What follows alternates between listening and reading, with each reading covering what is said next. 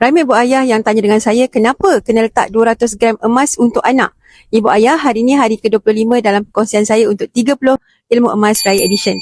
Selama 30 hari ini, saya akan kongsi dengan ibu ayah 30 ilmu emas khas untuk musim raya. Hari ini saya berada di Putrajaya. Seperti biasa, saya nak kongsikan satu ilmu penting untuk ibu ayah. Ibu ayah perlu adakan 200 gram emas untuk setiap anak kerana jumlah itu boleh jadi asas yang sangat baik untuk pendidikan anak. Dengan harga emas, hari ini sekitar 751 gram, 200 gram emas bersamaan sekitar 150,000. Jumlah ini boleh bantu anak kita untuk sambung belajar tanpa terlalu bergantung kepada hutang pelajaran. Memang nampak besar, tapi sebenarnya 200 gram itu boleh dicapai secara perlahan-lahan. Simpan sikit demi sikit setiap bulan. Tambah sedikit demi sedikit setiap kali raya. Lama-lama, tanpa kita perasan, gram emas anak kita akan semakin banyak.